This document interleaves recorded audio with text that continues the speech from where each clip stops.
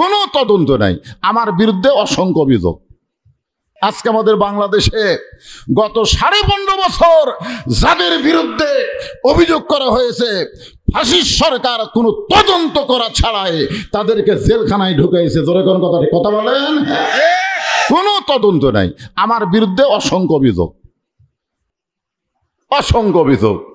116 জনের তালিকা করা হয়েছে। 116 জন আলেমের তালিকার নাম শোনেন আপনারা? তার মধ্যে 18 নম্বর আমার নাম, 18 নম্বরে আমি আছি। বুঝলেন?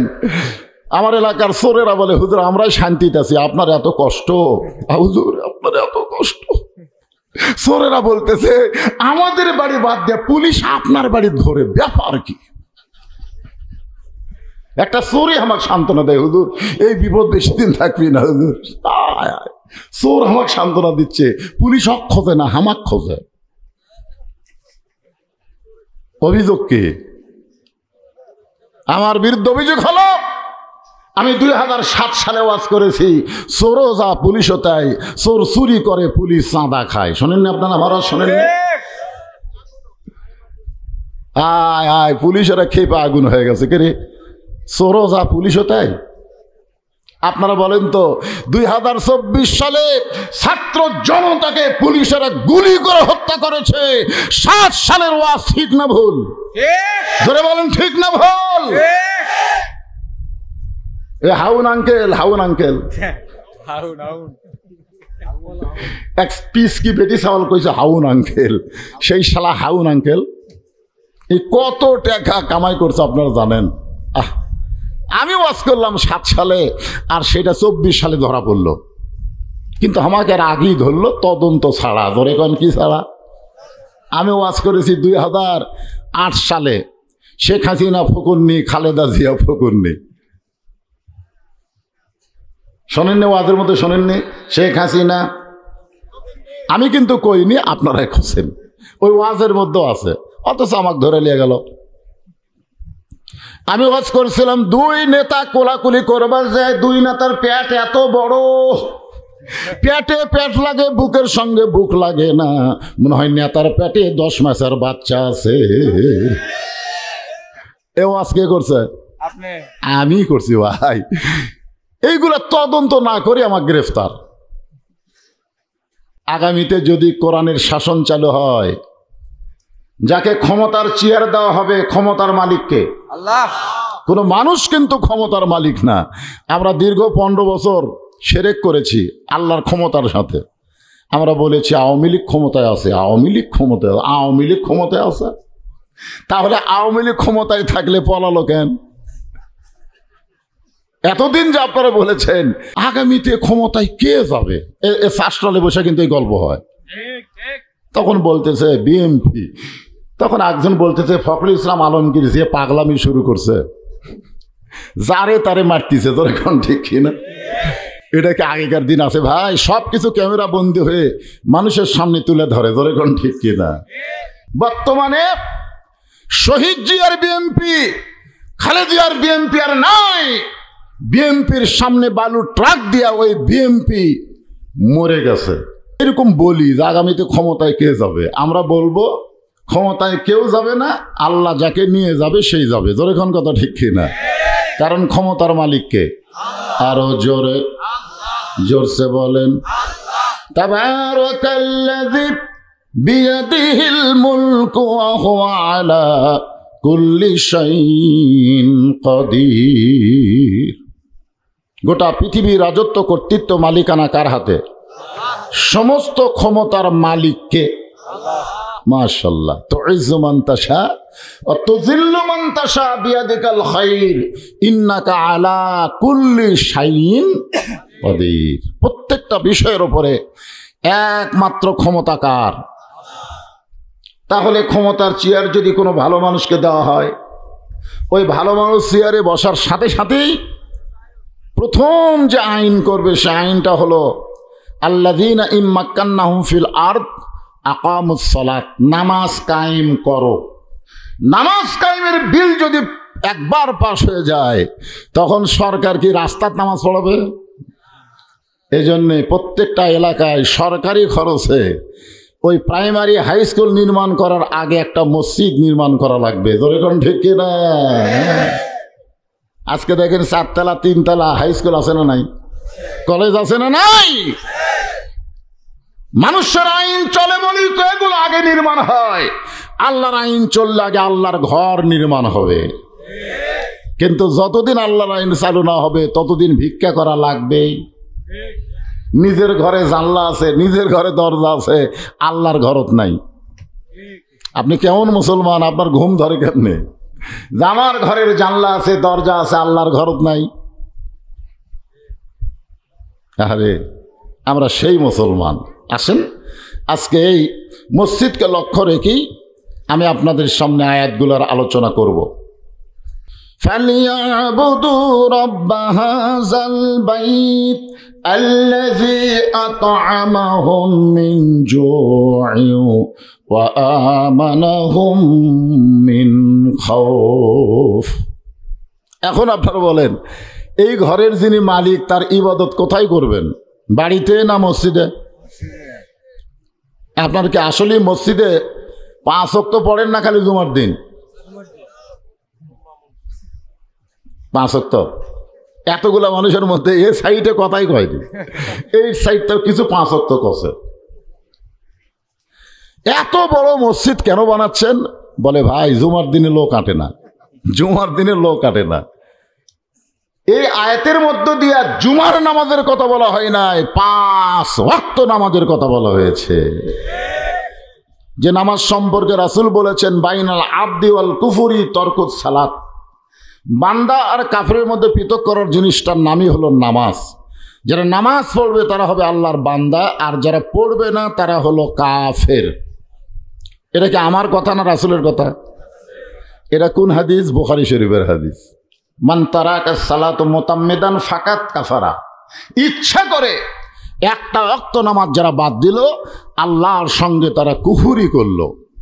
সবচাইতে কঠিন হাদিস হলো লা সালাত লা ঈমানা, যার নামাজ নাই তার ঈমানই নাই। কি বিপদ! 5 ওয়াক্ত নামাজের মধ্যে একটা নামাজ হলো ফজরের নামাজ। জোরে বলেন কোন নামাজ? ফজরের নামাজ আদায় করার পরে আল্লাহর নবী সাহাবীর দিকে ঘুরে বসতেন। সাহাবী মানে মুসল্লির দিকে নবী ঘুরে বসতেন, কারণ ফজরের নামাজের পরে রাসূল কিছু আলোচনা করতেন। যখন কি করতেন? আলোচনা করতেন। তো আল্লাহ রাসূল দেখতেছেন সামনে কাতারের একজন সাহাবীর চোখ দুইটা রক্তের মতন লাল। কিরকম? রক্তের মতন লাল। তো রাসূল বললেন আমাদের সকলের চোখ হলো সাদা, তোমার চোখ লাল হলো কেন? বলতেছি ইয়া রাসূলুল্লাহ, এশার নামাজ পড়ার পরে আমি ঘুমাতে পারি নাই। আল্লাহ নবী বললেন কেন ঘুমাতে পারোনি? বলে যখন ঘুমের দোয়া পড়লাম আল্লাহুম্মা বিইসমিকা আমুতু, এই আমুতু পড়ার সাথে সাথে আমার মনে হলো আজকে আমার শেষ দিন, আমি হয়তো আর বাঁচবো না। এই মনে করে সারা রাত কান্নাকাটি করছি, তওবা তাসবিহ করছি, নামাজ পড়ছি, কোরআন শরীফ পড়ছি। এইগুলো করতে করতে আমার সারা রাত চলে গেছে। আমি ঘুমাইনি বলি হয়তো আমার চোখ লাল হয়ে গেছে। লোকটা কি কাম ভালো করছে না খারাপ করছে? জোরে বলেন। ভালো কাজ করছে। মৃত্যুর কথা স্মরণ করে সারা রাত ঘুমায়নি। কি করছে? গান শুনছে, গান শুনছে। লোকটা কি করছে? কোরআন তেলাওয়াত করছে, জিকির আজকার করছে, তওবা তাসবিহ করেছে, নামাজ আদায় করেছে। এইগুলো করতে করতে সারা রাত চলে গেছে, আমার ঘুম হয়নি। এই কারণেই হয়তো চোখ দুইটা লাল হয়ে গেছে। সঙ্গে সঙ্গে নবী বললেন নাউজুবিল্লাহ। আপনারা বলেন তো এখানে সুবহানাল্লাহ হবে না নাউজুবিল্লাহ হবে? কি কয়? কি হবে? এইরকম ভালো কাজের কথা শুনে আপনারা কি করবেন? শামীম ওসমান ৭০ রাকাত তাহাজ্জুদ পড়তো। সাবেক প্রধানমন্ত্রী ঘুমোর থেকে উঠাই যায় নামাজ খুঁজতো। কথা ঠিক না? এইরকম ভালো কথা শুনে আপনারা কি করবেন? হায় হায় রে! আল্লাহ নবী বললেন নাউজুবিল্লাহ। সমস্ত সাহাবীরা চমকে বলল ইয়া রাসূলুল্লাহ, যেই মানুষটা সারা রাত কান্নাকাটি করলো, তওবা তাসবিহ করলো, কোরআন তেলাওয়াত করলো, নামাজ পড়লো, ঘুম পারলো না, সেই মানুষের কথা শুনে আপনি নাউজুবিল্লাহ কেন বললেন? আল্লাহ নবী বললেন, মা আতাকুমুর রাসূলু ফাখুযুহু ওয়া মা নাহাকুম আনহু ফান্তাহু। নবী যেটা করেছে সেটাই তোমাদের করা লাগবে, নবী যেটা করে নাই সেটা ইবাদত মনে করে করলেও পাপ হবে। আমি নবী এশার নামাজ পড়ে তোমাদেরকে ঘুমাতে কইছি, নবী বলেছেন এশার নামাজের পরে তোমরা ঘুমায়া যাও, কারণ রাতের একটা অংশ আছে, ওয়ামিনাল লাইলি ফাতাহাজ্জাদ বিহি নাফিলাতাল লাক। রাতের এমন একটা অংশ আছে যে অংশ আল্লাহ তাআলা তাহাজ্জুদের নামাজ আমাদের জন্য নফল করে দিয়েছে। আমি বলেছি এশার পরে ঘুমায় যাও, আর তুমি কি করলা? সারা রাত কান্নাকাটি করলে। তোমার কি বউ নাই? তো সাহাবী বলতে যে হুজুর আমার তো বউ আছে। তো তুমি যখন কান্নাকাটি করলা, নামাজ পড়লা, কোরআন তেলাওয়াত করলা, তখন তোমার বউ কি করলো? তো বলে বউ এসে বলতেছে আসো একসঙ্গে ঘুমায়। কিসের ঘুম রে? যে কোনো সময় আমার মৃত্যু হবে, কিসের ঘুম? রাসূল বললেন আমি এশার নামাজ পড়ে গিয়া আমার আয়েশাকে বুকের মধ্যে নিয়ে ঘুমাই, আমার হাফসাকে বুকের মধ্যে নিয়ে ঘুমাই, সালমাকে বুকের মধ্যে নিয়ে ঘুমাই, আর তুমি তোমার বউকে একলা রেখে তুমি নামাজ পড়ছো। এই নতুন ইসলাম তুমি কোথায় পাছো? এই ইসলাম তো আমি নবীর ইসলাম না, এই ইসলাম হলো তোমার বানানো ইসলাম। কথা বলেন, কথা বলেন। আজকে আমাদের বাংলাদেশে এরকম বানানো ইসলাম আছে না নাই? আমার দয়াল বাবার দরবারেতে কেউ ফিরে না খালি হাতে।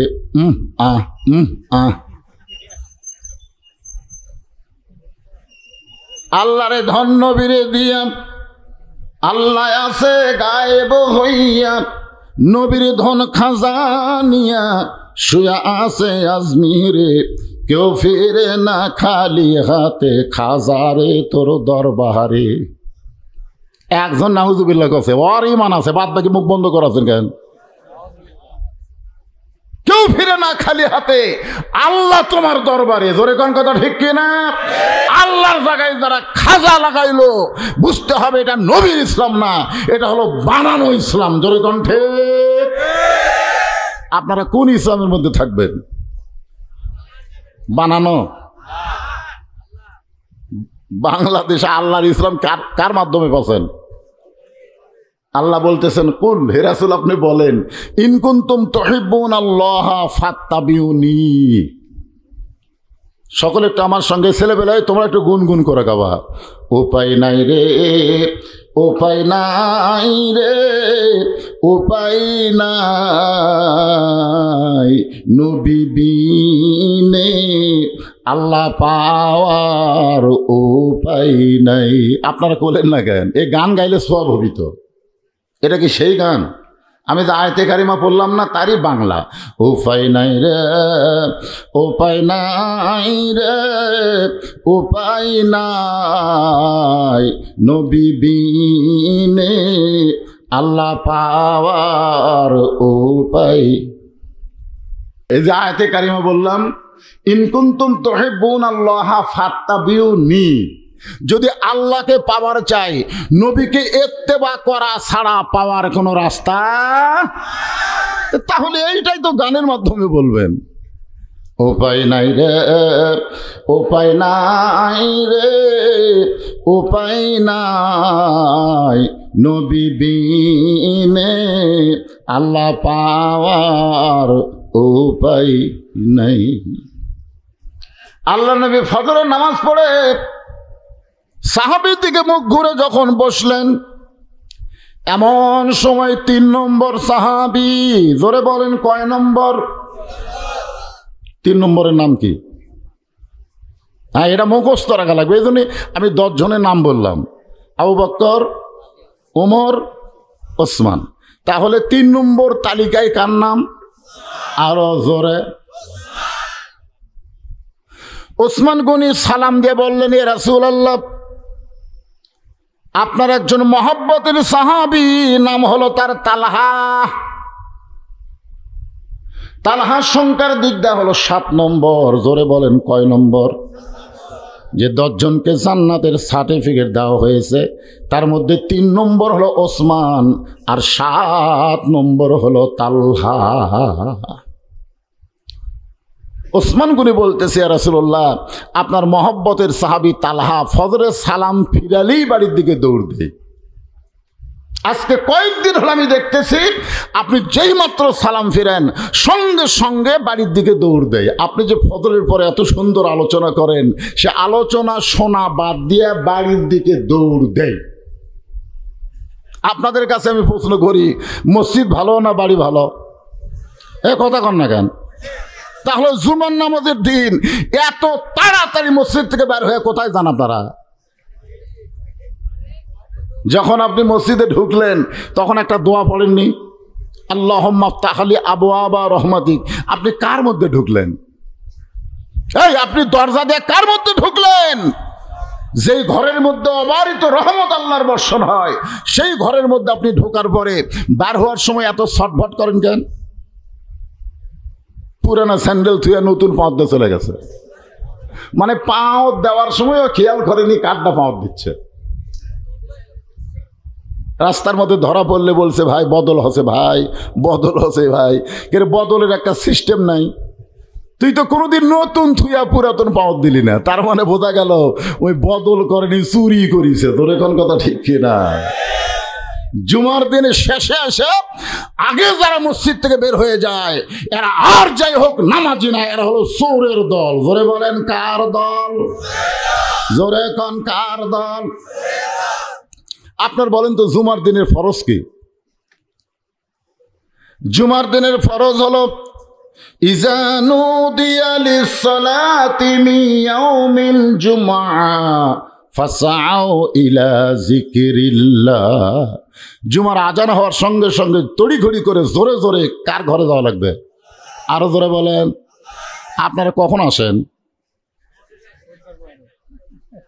আপনারা যারা শেষে আসেন তারা যদি কিয়ামত পর্যন্ত হায়াত পান আর জুম্মার নামাজ পড়েন, একটা সওয়াব আপনারা পাবেন না।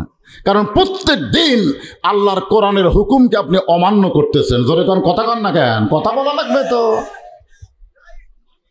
প্রত্যেক জুমার দিন আপনি আল্লাহর ফরজ হুকুম অমান্য করলেন। আল্লাহ বলতেছেন আজান শোনার সাথে সাথে ফাসাও, মানে জোরে জোরে সৈন্যের মতন হেঁটে হেঁটে চলে আসো, আর তুমি লায়ের তেল দা ধীরে ধীরে। কি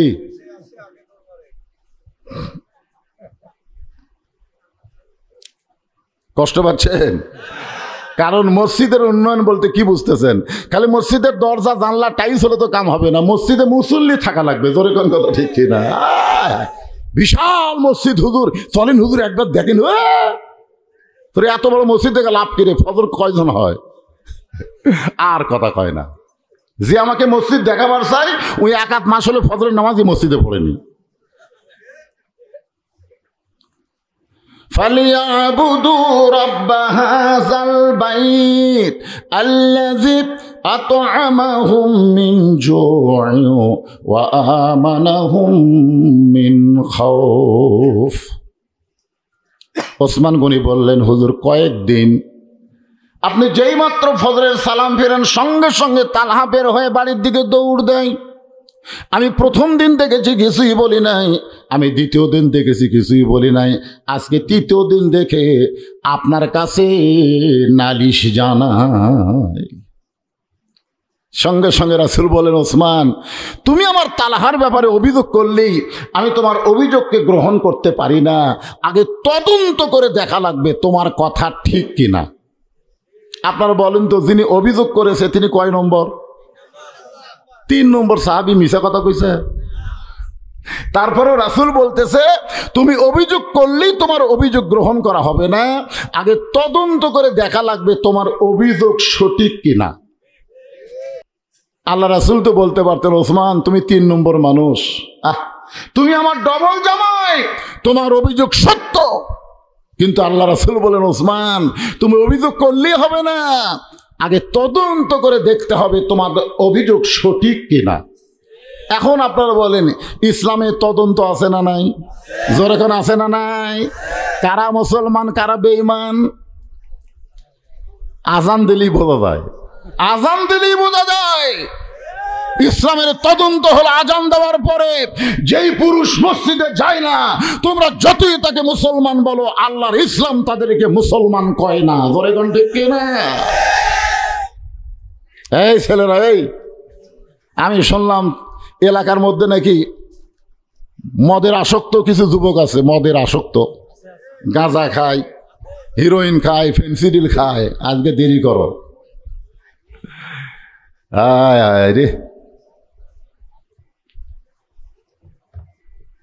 আল্লাহ রাসূল সঙ্গে সঙ্গে মসজিদ থেকে বাইরে আসলেন তদন্ত করার জন্য। জোরে কান, কি করার জন্যে? অভিযোগ করেছে, অভিযোগ সত্য কিনা এটা তদন্ত করার জন্য রাসূল মসজিদের বাইরে আসলেন।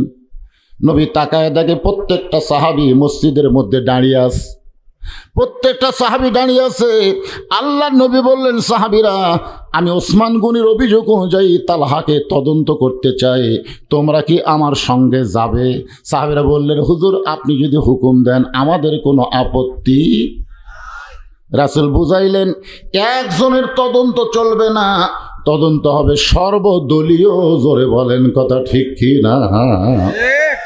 এক দলীয় তদন্ত করে আল্লাহর কোরআন দেয়া জানার দরকার আছে না? না, আয়াতটা খেয়াল রাখবেন। ফালিয়াবুদু রব্ব হাযাল বাইত আল্লাযী আত'আমাহুম মিন জু'ইন ওয়া আমানাহুম মিন খাউফ। দুই একজন কোন, বাদ বাকি কোন না। লিল্লাহি তাকবীর, আল্লাহু আকবার। বাংলাদেশের বড় বড় দলে আল্লাহু আকবার মিছিল হয় না। আপনারা বলেন তো, আওয়ামী লীগের মিছিলে কোনোদিন আল্লাহু আকবার শুনছেন? বিএনপির মিছিলে কোনোদিন আল্লাহু আকবার শুনছেন? অথচ যখন জন্ম নিছে, জানোয়ার যখন জন্মিছে, ওর ডান কান্দে আজান, বাম কান্দে আকামত দেওয়া হয়েছে। জোরে কোন কথা ঠিক কি না? আর আল্লাহু আকবার স্লোগান দিলে এরা বলে এটা তো হামাকের স্লোগান লয়। তুমি জন্মানোর সময় তোমার ডান কান্দে আজান, বাম কান্দে আকামত দেওয়া হলো, মরার সাথে সাথে তোমার লাশ সামনে থেকে আল্লাহু আকবার করে জানাজা হবে। জোরে কোন কথা ঠিক কি না? আর তুমি বলো আল্লাহু আকবার হামার লয়, তো কার? এটা কোন দলের? মুসলমান যারা সবাইকেই বলতে হবে আল্লাহু আকবার। হ্যাঁ, যখনই কোরআন তেলাওয়াত হবে ঈমানের জজবা আল্লাহ বাড়া দিবে, সাথে সাথে বলবেন আল্লাহু আকবার। নবী আমার সামনে সামনে, সমস্ত সাহাবারা পিছনে পিছনে রওনা নিলেন। নবী যখন রাস্তা চলবে তখন নবীর সামনে যাওয়া যাবে, এ কথা কে বলেছেন? আরো জোরে কোন। নবী যখন কথা বলবে নবীর মুখের উপর কথাও বলা যাবে, আরো জোরে কোন। আলেমরা যখন কথা বলবে, আল ওলামা ওয়ারাসাতুল আম্বিয়া, আলেমরা যখন কথা বলবে আলেমদের মুখের উপরে কথা বলা যাবে, আরো জোরে বলেন যাবে। গত 15.5 বছর আলেমরা কথা বলে আর জালেমরা মাইক কাটে নাই। জোরে কোন কথা ঠিক কি না? এখনো দুই একটা মাহফিলে হচ্ছে। কয়েকদিন আগে আমির হামজার মাহফিলে গ্যাঞ্জাম বাজাচ্ছে বিএমপির সাবেক এমপি। জোরে কোন কথা ঠিক কি না? এর আগে সাদেকুর রহমান আজাহারির মাহফিলে গ্যাঞ্জাম বাজাচ্ছে বিএমপির সাবেক উপজেলা চেয়ারম্যান। এই বিএমপি কে তারা মোশান বাড়তিছে ভাই। এরা ক্ষমতা পাওয়ার আগে কি হনু রে? আরে পাগলা, তোমরাও তো আমরাও চাই। জোরে কোন কথা ঠিক কিনা ভাই? খেলা করলে জামাত বিএমপি এক হয় কি হয় না? তাহলে আমি সমস্ত বিএমপি ভাইদের বলবো, আমরা তো দুই ভাই রে পাগলা। প্রথম যিনি বিসমিল্লাহ শুরু করেছে তার নাম হলো শহীদ প্রেসিডেন্ট জিয়াউর রহমান। বলেন ঠিক কিনা? তাহলে মাইক কাটালাও কেন? একটু মনোযোগ দিয়ে শুনবেন। আলেম যখন রাস্তা চলবে, আপনি যদি মনে করেন নবীর ওয়ারি, সেই মনে করে সালাম দেয়া, তার পিছনে যদি 2টা কদম মহব্বতে হাঁটতে পারেন, আল্লাহ তাআলা খুশি হয়ে আপনাকে জান্নাত দিয়ে দিবে। আলেমদের সম্মান আছে না নাই? আছে। খালি মসজিদের মধ্যে না, সব জায়গায়? মসজিদের মধ্যে দেখবেন এমপি আছে, উপজেলা চেয়ারম্যান আছে, এসপি আছে, ডিসি আছে, একজনও সামনে যায় না। বলে হুজুর আপনি সামনে যান। ওরে বাবা, মসজিদের মধ্যে তোরা সামনে গেলে কি হয়, যা তো দেখি। হুজুর আমরা পড়বার পারি, হুজুর পড়াবার পারি না। যারা পড়াবার পারে না তারা হলো ছাত্র, আর যিনি পড়াই তিনি হলেন ওস্তাদ। জোরে কোন কথা ঠিক কিনা? কার দাম বেশি, ছাত্র না ওস্তাদের? তুমি ডিসি হও, এসপি হও, এমপি হও, তুমি ডাক্তার হও, লাইনে কাতার সোজা করো। আর হুজুর হুজুর আপনি সামনে যান হুজুর। আপনারা বলেন তো, কোনো এসপি যদি মনে করে হুজুর রুকু করার আগে আমি রুকু করবো, নামাজ হবে? হবে? যত এসপি হোক আল্লাহ কয় নট গিল্টি, চলবি না। হুজুরের পরে পরে যা, আগে যাওয়া চলবে না। একটু মনোযোগ দেন, পরে পরে যা, আগে যাওয়া চলবে। নবী যখন চলতেছে, প্রত্যেকটা সাহাবী পিছনে পিছনে হাঁটতেছে। তালহার বাড়ির দরজায় এসে নবী ব্রেক করলেন। যেই তালহা সালাম ফেরানোর সঙ্গে সঙ্গে বাড়ির দিকে দৌড় দেয়। এইটা তদন্ত করার জন্য আল্লাহ নবী তালহার বাড়ির দরজায় এসে ব্রেক করে সালাম দিলেন, আসসালামু আলাইকুম ইয়া আহলাল বাইত। আপনারাও সালাম দেবেন, যখন কারো বাড়িতে যাবেন সালাম দিবেন, যখন কবরের পার্শ্ব দিয়ে যাবেন সালাম দিবেন। আপনারা বলেন তো, কবরে যারা শায়িত আছে এরা কি উত্তর দিবার পারবে? তারপরে সালাম দেওয়ার বিধান আছে না নাই? আপনারা কি দেন? কি বলে দেন? আসসালামু আলাইকুম ইয়া আহলাল কুবুর। এই কবরের মধ্যে যারা আছে তাদের উপরে আল্লাহ রহমত বর্ষণ করো। সবচাইতে বড় দোয়ার নাম হলো সালাম। সবচাইতে বড় দোয়ার নাম কি? তাহলে কারু বাড়িতে গিয়ে আপনি কি কলিং বেলে চাপ দেবেন? কলিং বেলে আব্দুল্লাহ ঘটঘট ঘট করে ঘটঘট ঘট করবেন? এটা ইসলামে জায়েজ নেই। আমি বগুড়া শহরের জলশ্রী তলা এক বাসার যা সালাম দিচ্ছি, গেটত বারবার সালাম দিয়ে গেটের কাছে এক পানালা বলতে, হুজুর যতই সালাম দেন ওই 6 তলার থাকে, কাম হবি না। ওই গেটের কাছে দেখেন 6 নম্বর আছে, ওটি টিপি মারেন। সালামে কাম হবি না হুজুর, টিপিত কাম হবে। তো ওখানে লেখা আছে 1 2 3 6। 6 মারছি টিপি ভাই। যেই টিপি মারছি একটা বিদেশি কুত্তে, মানে কলিং বেলের সাউন্ড হলো বিদেশি কুত্তে। আমি ভয়ে দৌড় মারছি। পানালা হাসতেছে, বলতেছে দৌড়ালেন কেন? ভাই কুত্তা যে হারে সাউন্ড করতেছে। বলে কুত্তা না হুজুর, ওটাই কলিং বেলের সাউন্ড। কিছুক্ষণ পরে দেখলাম ওই বাসাওয়ালা এসে গেট খুললো। আমি বললাম, ভাই এত সাউন্ড ভালো থাকতে তুমি কুকুরের সাউন্ড দিছে কেন? বলে হুজুর ফকিরের অত্যাচার হুজুর। এখন কতগুলা ফকির কলিং বেলে চাপ দেয়, ভিক্ষা চায়। আমি মনে করছি কোনো গুরুত্বপূর্ণ লোক আছে, গেট খুলে দেখি ফকির। আমার এক বন্ধুর পরামর্শে আমি কুত্তার সাউন্ড এটি সেট করছি হুজুর। আমি বললাম এই সাউন্ড সেট করার পরে খবর কি? বলে এক ফকির ভুল করে টিপি মারছিল, মারার পরে কুত্তার সাউন্ড শুনে ওই চাউলের ব্যাগ ফেলে দিয়ে দৌড়। যত ফকির আছে সব ফকিরকে বলছে 6 নম্বরে যান চাপ দিস না, 6 নম্বরে কুত্তা আছে। এখন কি আছে আপনার বলেন তো, 6 নম্বরে কে আছে? আরো জোরে এ প্রচার করছে কে? ফকিরেরাই প্রচার করছে। ভাই খবরদার, 6 নম্বরে যান ঠাসি মারিস না, 6 নম্বরে কিন্তু মানুষ নাই, কুত্তা আছে। আমি বললাম ফকির ঠিকই বলেছে, তুমি মানুষ না।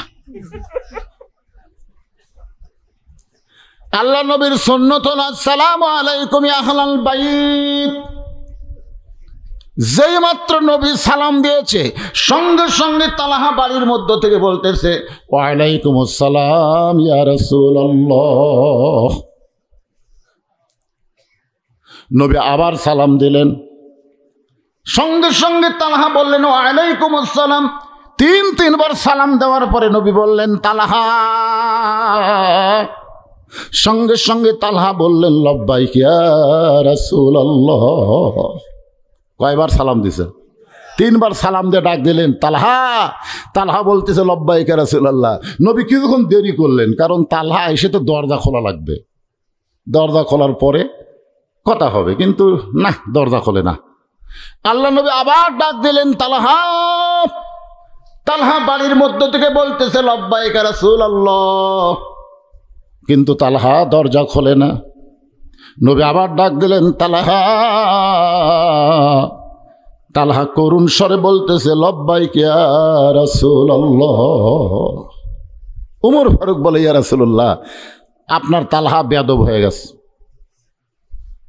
আপনার তালহা বেয়াদব হয়ে গেছে।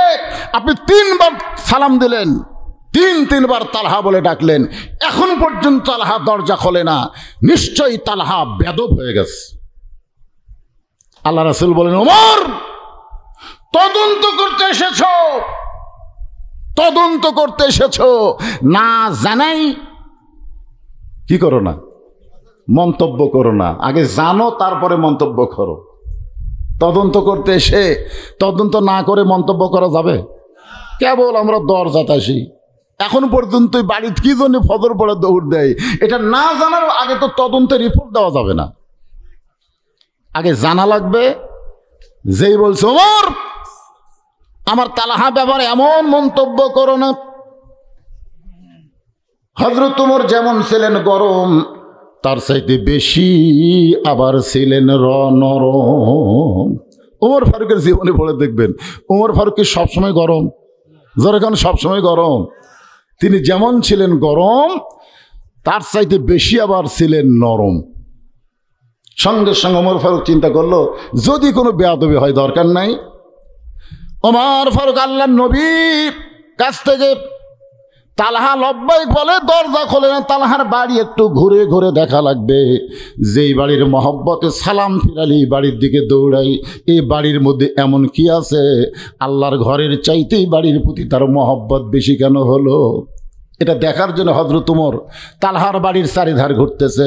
হঠাৎ হযরত ওমর দেখতে পাই, তালহার বাড়ির প্রাচীরের ফাটল দিয়ে বাড়ির ভিতরে একটা খুঁটির সঙ্গে তালহা তার মাসুম বাচ্চাকে রশি দিয়ে বেঁধে রাখছে, আর বাচ্চাটা খালি বাবা বাবা বাবা বলে কাঁদতেছে।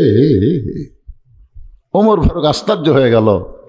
আল্লাহ রাসূল বলেছেন, বড়দেরকে সম্মান করো, ছোটদেরকে স্নেহ করো। আর তালহা তার কচি মাসুম বাচ্চাকে গরু ছাগলের মতন রশি দিয়ে বেঁধে রাখছে, আর ছেলেটা খালি বাবা বাবা বলে কাঁদতেছে। এই দৃশ্য দেখার পরে ওমরের অবস্থা আরো খারাপ হয়ে গেল। কিছুক্ষণ পরে তালহা আল্লাহর নবীর জন্য বাড়ির দরজা খুললেন। নবী বললেন, তালহা, তোমার বিরুদ্ধে 1 নম্বর অভিযোগ হলো, ওসমান গনি পর পর 3 দিন দেখেছে তুমি ফজরের সালাম ফিরায় বাড়ির দিকে দৌড় দাও। কয় নম্বর? 1 নম্বর অভিযোগ কে করেছে? ওসমান গনি, যে তুমি ফজরের সালাম ফিরানোর সাথে সাথেই বাড়ির দিকে দৌড় দাও। অথচ আল্লাহ কোরআনে বললেন, ফালিয়াবুদু রব্ব হাযাল বাইত আল্লাযী আত'আমাহুম মিন জু'ইন ওয়া আমানাহুম মিন খাউফ। তালহা, আমি নবী তোমার বিরুদ্ধে অভিযোগ করতেছি। 1 বার না, 2 বার না, 3 বার তোমাকে তালহা তালহা বলে ডাকলাম। তুমি প্রত্যেকবারই লব্বাইক লব্বাইক বললে, কিন্তু দরজা খুলতে এত দেরি কেন করলে? আপনার বলেন তো অভিযোগ কয়টা হলো?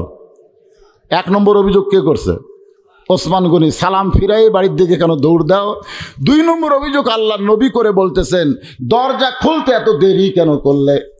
এমন সময় হযরত ওমর ফারুক এসে বলে, রাসূলুল্লাহ, ওই তালহার বিরুদ্ধে আমার একটা অভিযোগ হলো, তালহা তার কচি মাসুম বাচ্চাকে বাড়ির ভিতরে একটা খুঁটির সঙ্গে রশি দিয়া বেঁধে রেখেছে।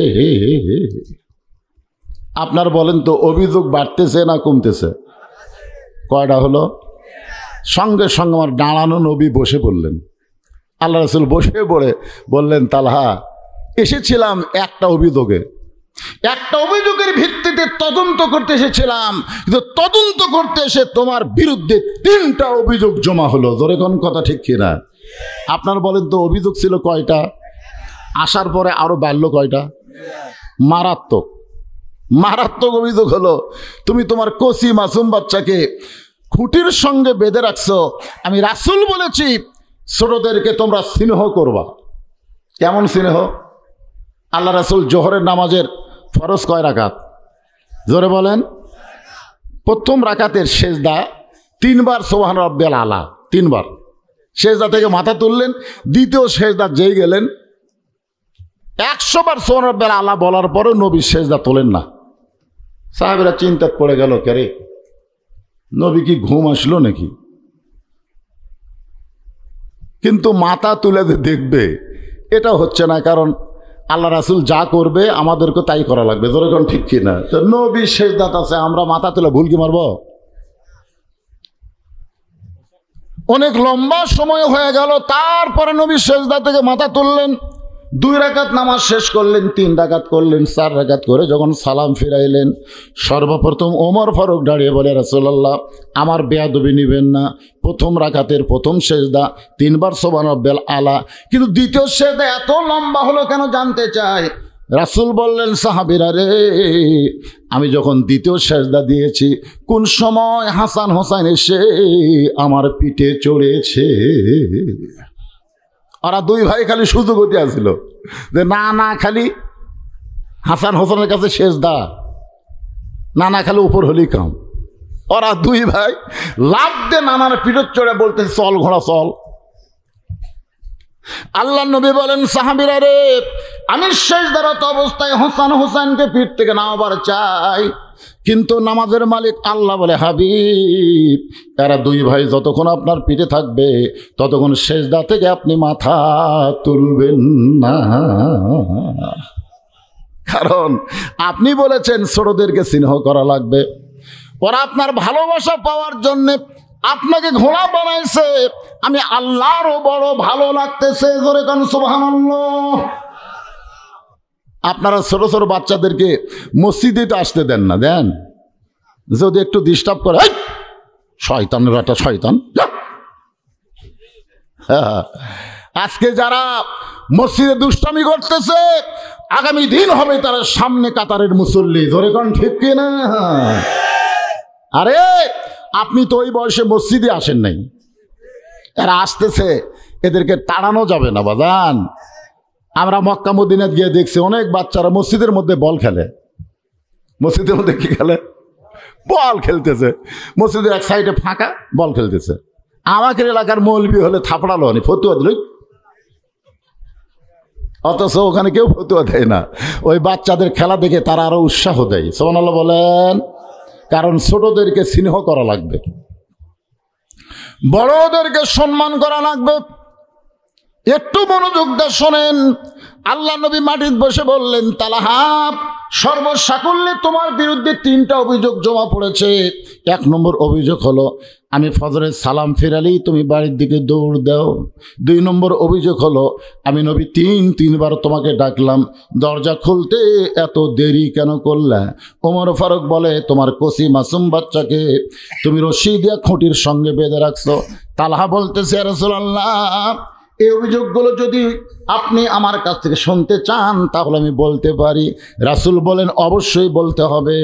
তালহা বলতেছে, হুজুর এই জামার পরনে একটা কাপড় দেখতেছেন, এই জামার পরনে একটা কাপড় দেখতেছেন, এই একটা কাপড় ছাড়া আমার বাড়িতে আল্লাহ রাসূলের সামনে দাঁড়ানোর মতন কোনো কাপড় নাই। যে কাপড় পরে আমি দরজা খুলেছি, এই একটা কাপড় ছাড়া আল্লাহ রাসূলের সামনে দাঁড়ানোর মতন আমার আর কোনো পোশাক নাই।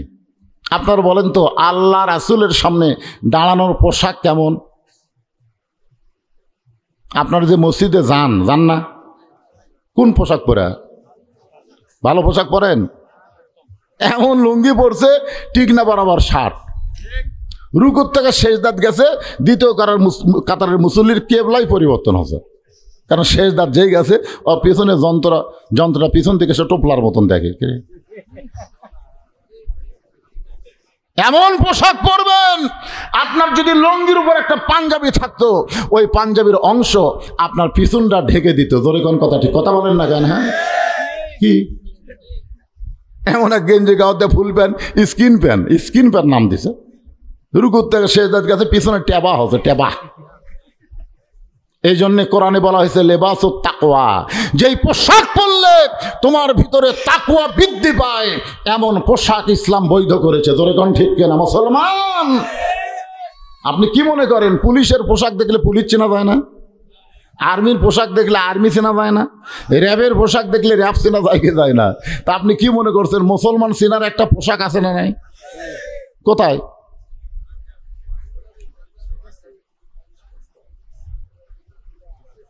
কে বাজান, এই গেঞ্জিওয়ালারা মন খারাপ করতেছে।